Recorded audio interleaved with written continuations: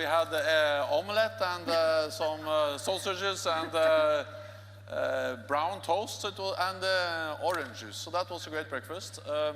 And as always, paid by the United States. So we have fair burden sharing. Oh dear, be careful. Yeah. I hope there was a bit of burden sharing there, and the Norwegians perhaps provided some sausages but a lot of words must have gone back and forth across that table. Let's just randomly pick 3. Very, very nasty. That's how President Trump has described President Macron's comment about the NATO alliance, declaring it strategically brain dead. Now, I know Norwegians and NATO Secretary Generals don't use words like nasty, but at the very least, the comments by President Macron weren't nice. I have commented what he has said, and I don't agree. And I think that more important than that I don't agree is the fact that when you look at NATO, you see that we are actually delivering. We are doing more. We are acting together. We are proving every day that this alliance is agile, is active, and it's delivering. I have, for instance, so we have just implemented the biggest reinforcement of our collective defense in a generation since the end of the Cold War. For the first time in our history, we have combat-ready troops in the eastern part of the alliance. We have tripled the size of the NATO response force. We're able to reinforce if needed. We invest in high-end capabilities. We step up in the fight against terrorism in the new training mission in Iraq.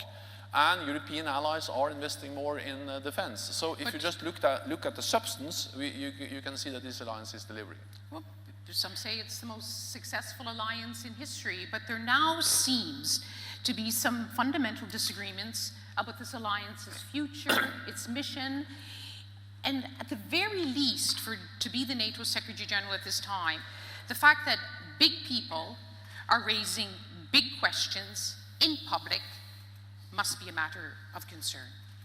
So yes and no, because let's deal with the yes first. Yeah, because yes, of course, we should never question the unity and the willingness, the political willingness to stand and together and to defend each other, because the whole purpose of NATO is to preserve peace, is to prevent conflict by sending a clear message to any potential adversary that if one ally is attacked, it will trigger the response from the whole alliance, and by doing that, we preserve the peace, we prevent any conflict. So let's be clear on this, because as you know, deterrence is not just a question of military hardware, and you're doing well on that front. It's also a question of perception and political credibility. And therefore, NATO's credibility has been dented by these very public rows about even your founding principle, one for one and one for all, for one and one for all, collective security. Yes, but then I think, but I also strongly believe that the best way of expressing this well is actually through what we do. Action speaks louder than words. And the fact that we have these troops in the eastern part of the alliance, for the first time combat-ready troops, which are multilateral, multinational troops, headed by or led by the US, Canada, United Kingdom, Germany, that sends a very clear message that if any of these countries are attacked, NATO is already there. It will trigger a response from the whole alliance. The Baltic expansion was a huge achievement, but you have President Erdogan coming, telling you that if you don't recognize his Kurdish enemies, the Kurds in Syria, as terrorists, he's going to block the Baltic expansion. Can you find a form of words to come out of this summit with healing that rift and keeping the Baltic expansion? It's well known that we have some issues related to how to designate the YPG, PYG, the organization in Syria. There are different views among NATO allies. But we have plans in place to protect all the Baltic countries and Poland and all other allies. And more than plans, we have forces. The fact that we have forces there sends a very clear message about our readiness to protect and defend all allies. And sometimes you also hear that the US is leaving Europe. That's not correct. The US is actually increasing their presence in Europe. It's correct that after the end of the Cold War, US gradually reduced its military presence. The last US battle tank left Bremerhaven in December 2013, but now the US is back with a full armor brigade and pre-positioned equipment for yet another brigade and even more. So there's more US presence in Europe, more US troops in Europe. I can't think about any stronger way to demonstrate US commitment to Europe than that. Okay, but let's do with it just one issue by issue. So, do you think by tomorrow, when the declaration of some kind is made, you will have found a form of words to resolve this growing rift with Turkey? I will not promise that, but what I can say is that we are working on that and that we already have plans in place. What we are discussing is the revisional plans. We are constantly updating and revising plans, but it's not like NATO doesn't have a plan to defend the Baltic countries. We have a plan, and as I said, we have the forces. So, and we have the presence. So I think that's the strongest expression of our collective defense, our commitment to NATO's collective defense goals. President Macron has defended his comments, and he actually says it's been a wake-up call for NATO, so it's been helpful. Others in the alliance look at it differently. They're saying actually his comments backfired because some big NATO partners like Germany doubled down on their commitment to NATO. How would you describe his intervention? We'll take, I know you can't criticize, let's just take the personality out of it. That intervention. Helpful, a wake-up call, or backfired? No, I will not go into that. What I will say is that I don't agree. And then the most important thing is for me actually what NATO does. I expect. But NATO did it force you? For example, I understand there is going to be at this meeting. It's not a summit. There's going to be an agreement on a wise persons group to look at NATO's future strategy. What I expect the leaders to agree is that we will conduct a process, a reflection on how to further strengthen the political dimension of NATO.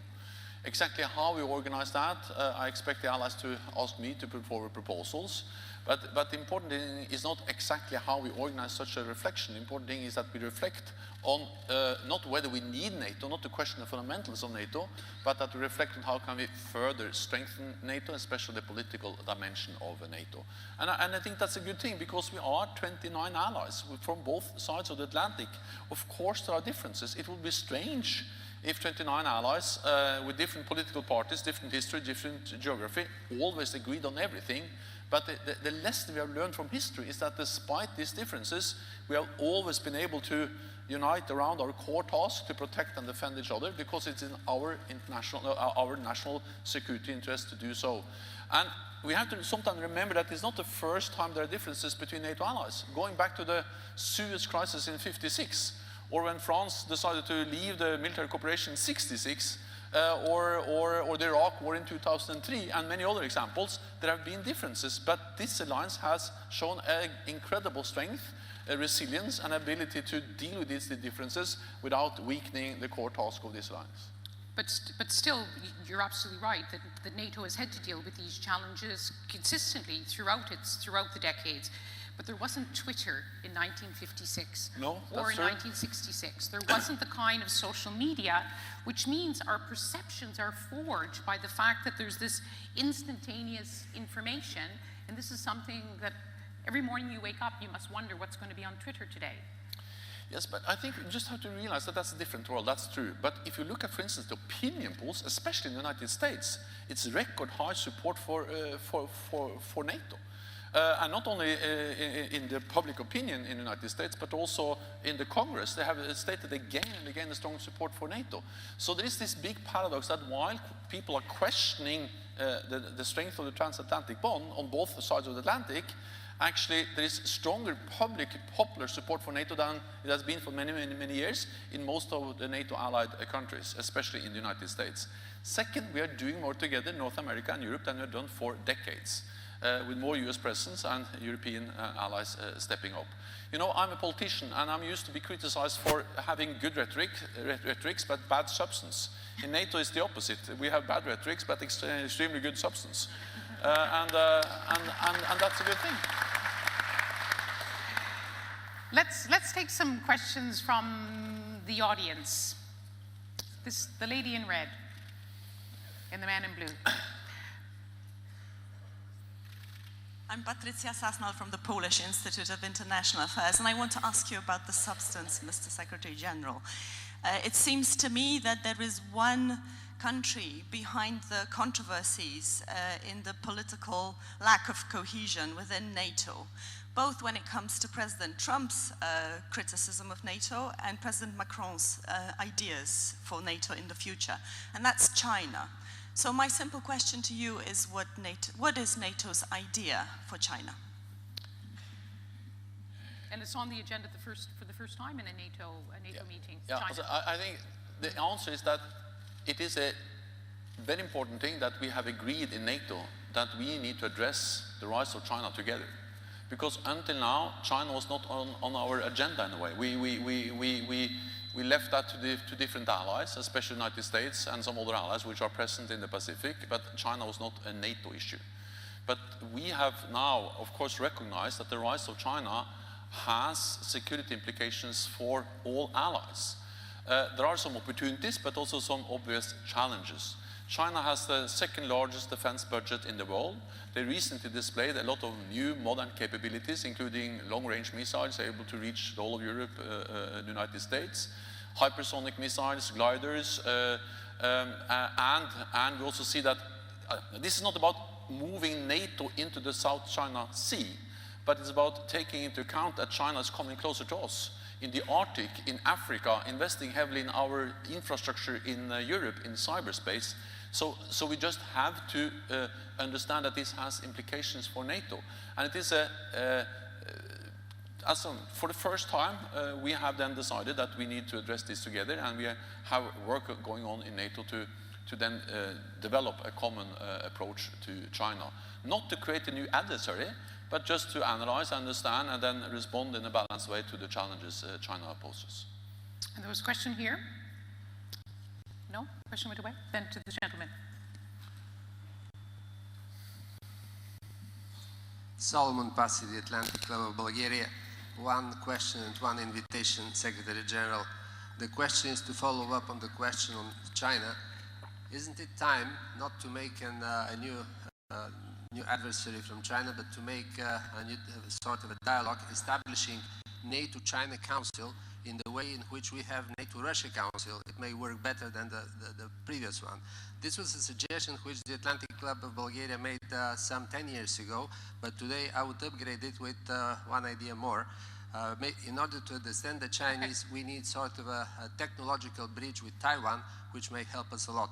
And the invitation follows.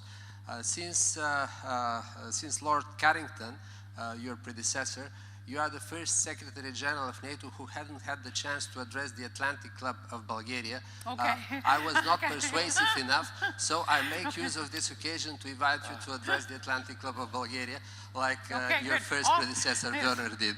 All 500 of us will be there, don't worry. Okay. Okay, but I recently visited Bulgaria, so I have to come back, I understand. Let's just get a sprinkling to see what the mood is in the audience. Can we get a microphone? The gentleman with the people think it's an auction here with their papers in the. I'm Harlan Ullman with the Atlantic Council. Secretary General, thank you for your comments. As you know, NATO spends about 15 times more on defense than Russia does. Only 4 NATO states physically border on Russia, 6 if you count the Kaliningrad. So I'm wondering, why is spending more money going to make NATO more secure? And spending more money really doesn't address what I think is a primary Russian threat, namely active measures. Could you comment on both those, please? I didn't get the namely active measures. Active measures. Why spend more? So let's take first the issue of a NATO-China Council. We don't have any plans to establish a NATO-China Council, but we believe in also, of course, also have political contacts with China. We have some military lines of communications. The Deputy Secretary General, the former Deputy Secretary General, visited China, I think a year ago or something. And of course, we are not going to establish a new adversary, but we just have to take into account that the rise of China has implications for our security, and we're now analyzing and addressing that together. On defense spending, I'm always a bit careful about these figures, partly because, when you compare NATO defense spending with Russia defense spending, you use market prices for currency. And you don't take into account the huge cost differences. So of course the cost for a soldier and officer in Russia is totally different than the cost in a NATO allied country, or in Norway, or in the United States, or Britain. So if you try to introduce some kind of purchasing power comparisons, then those figures are totally different. So I'm not saying, I'm only saying that to find precise and accurate ways to measure is not so easy when you compare so different economies with so totally different cost levels. Second, NATO's increased defense spending is not only about Russia. It's correct that it was triggered by the fact that Russia used military force against neighbors in Ukraine, in Georgia, but also by the fact that we had to step up in the fight against terrorism. It was a big military undertaking to liberate all the territory that ISIS controlled in Iraq and Syria. And we need to respond also to new threats, including in cyber. We need high readiness of forces and all that. So we all reduced defense spending after the end of the Cold War to record low numbers. But then when we do that when tensions are going down, we have to be able also to increase defense spending when tensions are going up. And 2% is historically not that high. During the Cold War, it's more like 3 and 4%. So yeah, I think it's the right thing to do, and I welcome the fact that actually allies now are increasing. When we made the pledge, 3 allies met the 2% guideline. Now 9 allies meet the 2% guideline. All allies have stopped the cuts. All allies are increasing. And the majority of allies have plans in place to meet 2% by 2024. So this is a huge difference. And that shows that NATO is delivering. We are agile and active. You've often said, Secretary General, that there's a two-track approach to Russia, dialogue and deterrence. Yeah. Some NATO members are saying there should be more dialogue. Do you think the balance is right now, or is this something you think should be discussed here in London or outside London? So first of all, I strongly believe in this dual-track approach because I think there is no contradiction between deterrence, defense, and dialogue. Actually, I believe as long as we are strong, as long as we are firm, we can also engage in a dialogue with Russia. And I say that also because that's my Norwegian experience. Even during the coldest period of the Cold War, we were able to work with Russia on issues like the delimitation line in the Barents Sea, fishery, energy, environment, many other things. So it's possible to make deals with Russia. And I strongly believe that NATO and NATO allies can do the same. I agree, also we need to deliver on deterrence and defense, and we are delivering on that.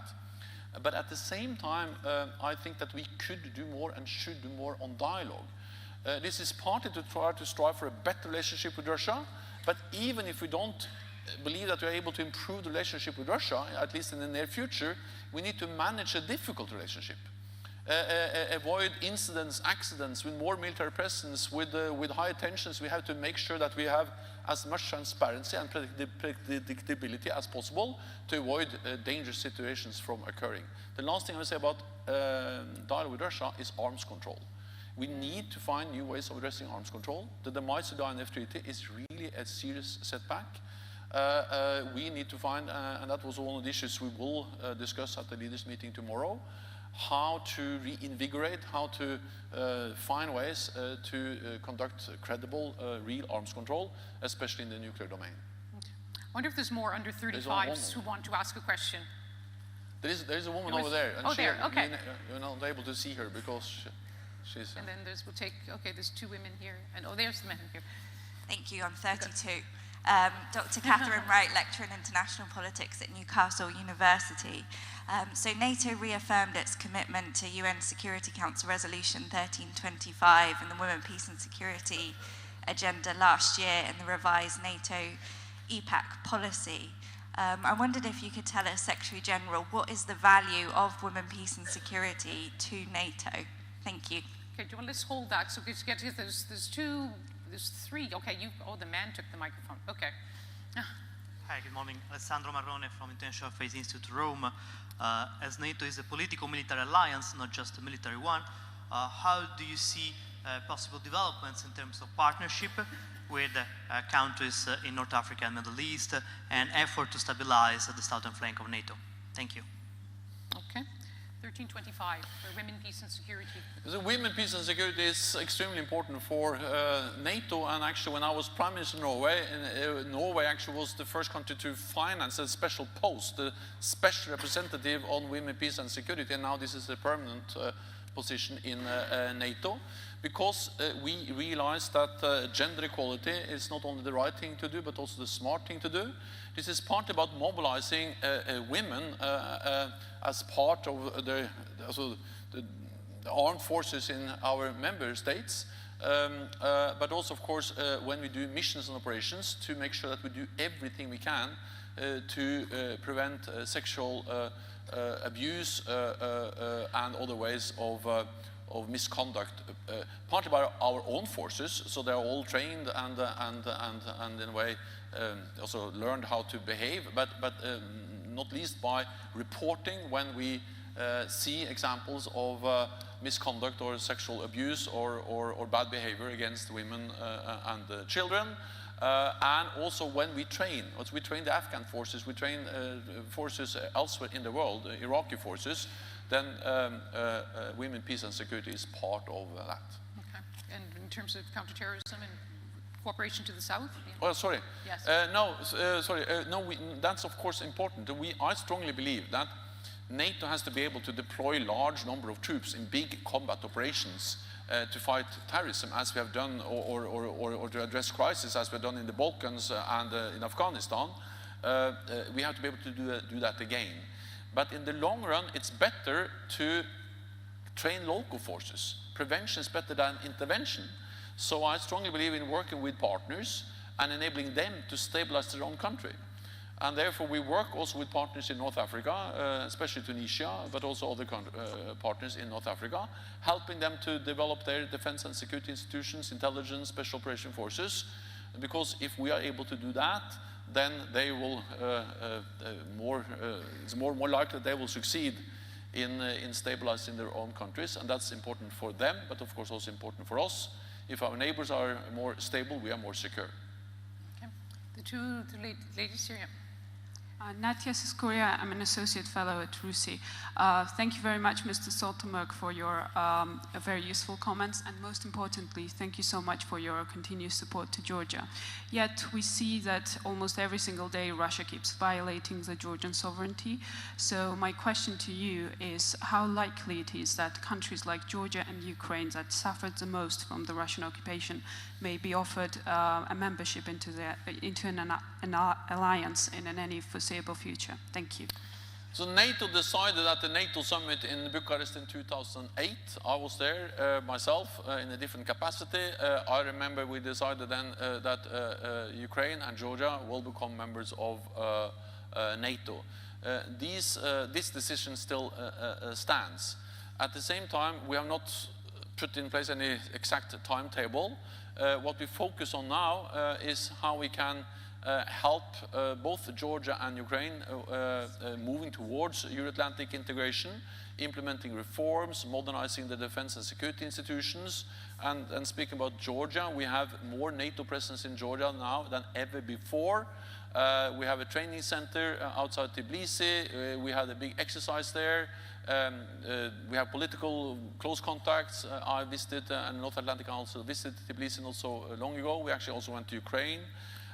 So we are working with both Georgia and Ukraine, and I think that there is a lot between full membership and nothing.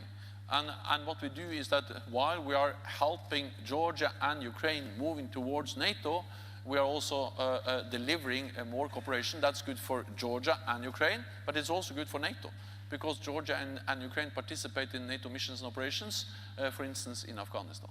Okay. It's fantastic there's so many hands going up. This is truly the spirit of NATO Engages, but sadly we have 4 minutes and 18 seconds to you. Thank you very much, Elena Melikishvili, political scientist. My question is about 2%. You say 2%. I think it's more quantitative measurement, and it has taken a lot of attention of NATO member states, though you kind of underestimate the importance of qualitative aspects and qualitative feedback you need from your previous operations in terms of, as you said, managing difficult relations with Russia, and also, as my previous colleague said, about active measures. So how helpful is it to talk about quantitative metrics when we have qualitative problems? Thank you. Quality versus quantity. Also, we need both. And what we agreed when we made the pledge to invest more was that we agreed to spend more and spend better.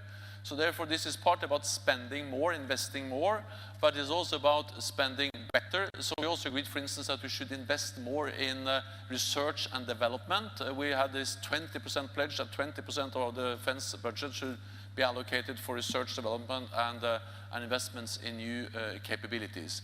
So we have to do both. But I think in the long run, it's obvious that you cannot get more out of less. So we could not continue to cut. You need input to have some output.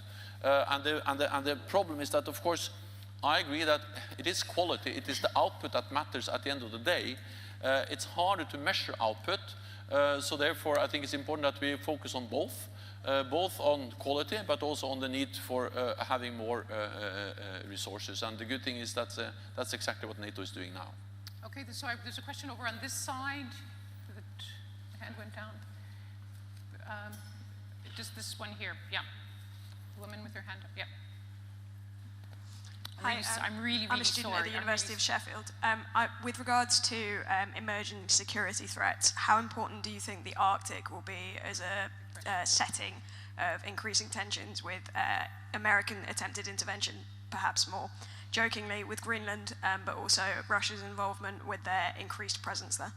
Question, thank you. Well, the Arctic is, the importance of the Arctic is increasing for several reasons. Partly because we see more Russian presence up in the Arctic. We see also China is increasing their presence in the Arctic. They define themselves as a near Arctic country, trying to be a member of the Arctic Council. And of course the melting of the ice means also that the whole geography is going to change, because it will be easier to have economic activity, sea lines of communications, and so on, also in the Arctic, and also from the Northeast Passage, and actually perhaps also the Northwest Passage. So this is changing the whole importance of the Arctic. Therefore, we also need to make sure that NATO is present in the Arctic. And some of the investments we make in new ships, maritime capabilities, surveillance capabilities, but also aircraft capabilities are relevant for the Arctic. At the same time, I have always been part of this tradition where we used to say that we have the high north and low tensions. And we should at least try to maintain cooperation with all the Arctic states, including Russia, in the Arctic Council and also in the Barents Sea Council. So this, again, we have this balance between military presence, but also political cooperation with Russia up in the Arctic. Listen, I'm very sorry, we only have 30 seconds left, and I think let's try to give a message to the Secretary General to bring to these very important meetings of the Alliance. At the 70th birthday, how many of you in this room are in a mood to celebrate the Alliance at 70? Okay, and how many of you are coming to this birthday party, well, a little bit worried that some things have to change? But I would like to change. Yeah, NATO has to change. Just one last word from you. I mean, if you Google NATO 70th, the words which would come up on social media would be muted celebration, dysfunctional family, fractious, headaches for you. What words would you use to describe this moment in light of both the challenges and successes at your door? That NATO is the most successful alliance in history because we have always been able to change. And as long as we continue to change, we will continue to be the most successful alliance in history. So I'm extremely in favor of change. You ask people whether they were in favor of change or were in favor of celebration. Also, I'm in favor of change and celebration. And that's the message.